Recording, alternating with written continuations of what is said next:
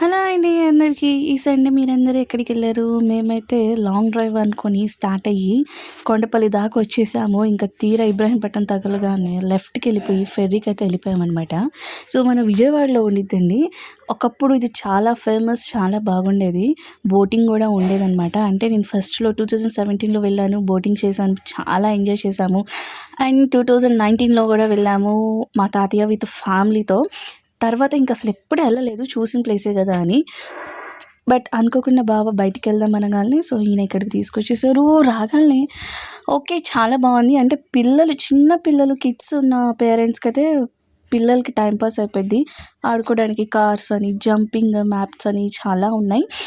But నాకైతే అంతగా ఏం అనిపించలేదు. అంటే వీడియోలో వాళ్ళు చెప్పే అంత హైప్ అయితే నాకేం లేదు. ఒకప్పుడే చాలా బాగుంది. మెయింటెనెన్స్ చేస్తూ చాలా బాగా ఉంచారనమాట. అసలిప్పుడు టైం వేస్ట్. దీనికొచ్చే బదులు మీరు హ్యాపీగా ఇంకో ప్లేస్ విజిట్ చేసుకోవచ్చు.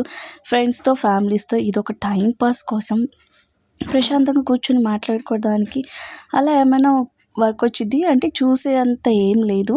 సో, అందులో మేము మిడ్‌నైట్ వెళ్ళాము కాబట్టి ఇంకా మనకు చీకటే కనిపించదు అక్కడ వాటర్. సో, వెళ్ళగానే ముందు పొట్టలో ఒక సోడా వేసేసాను. ఇంకా బోర్ కొడుతుందని అలా మిక్చర్ తీసుకొని హ్యాపీగా నడుచుకుంటూ ఇంకా బీచ్ వ్యూ కిందకి మధ్యలో దిగామనమాట. వాటర్‌లో దిగలేదు. కాళ్ళు కూడా మేము తడుపుకోలేదండి. అసలేం కనిపించలేదు అక్కడ, చీకటి కదా. సో, అలా మిక్చర్ తీసుకొని తింటూ కొంచెం కిందకి వెళ్ళి వ్యూ చూద్దామని వెళ్ళాను. కింద చాలా బాగుంది. అంటే ఆ గాలి వస్తే అక్కడ కూర్చొని ఎంజాయ్ చేయడానికి బాగుంది. ఇంకా వీడియోస్ ఎవరైనా వెళ్ళాలి అని ఏమైనా ప్లాన్స్ ఇక్కడైతే ఏం లేదు. వస్తే ఏదో టైం పాస్ కి రావాల్సిందే. అలా ఫ్రెండ్స్ తో కూర్చొని మాట్లాడడానికి.